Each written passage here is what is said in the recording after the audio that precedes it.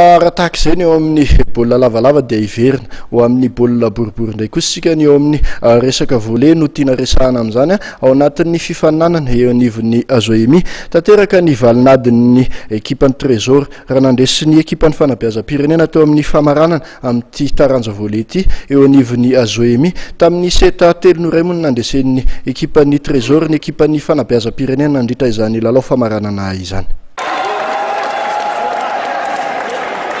Ny ekipan'ny Trésor manao akanjo fotsy amin'ny sary no nandrombaka ny Amboara rehefa nandresy ny ekipan'ny fanabeazam-pirenena manao akanjo manga sy mena teo amin'ny famarana izay ho tompon'ny Amboara eo amin'ny taranja volleyball anivon'ny Azoemi.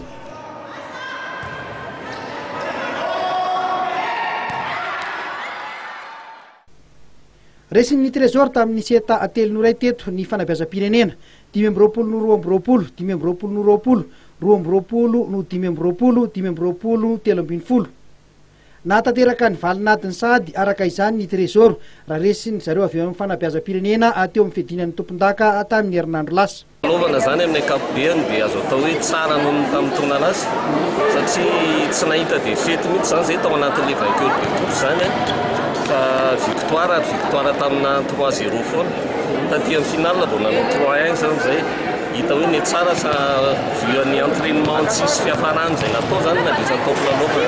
Manahoana ny fiatrehana ary ny championnat national? Tena vonina satria ao anatin'ny herin'ny daholo ny mpilalao rehetrarehetra ary ny fiomanana tena presque isaky 2 jours mihitsy zay zao miverina manao entraînement. Inona tena hoe tombo manokana mety hoe ananan'ny ekipan'ny Trésor?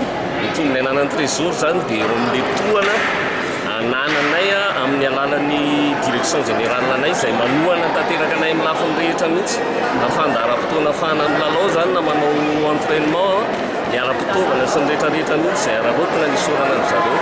Mpilalao raha teo zany misy cohésion ary mbola ao anatin'ny herin'ny daholo mihitsy.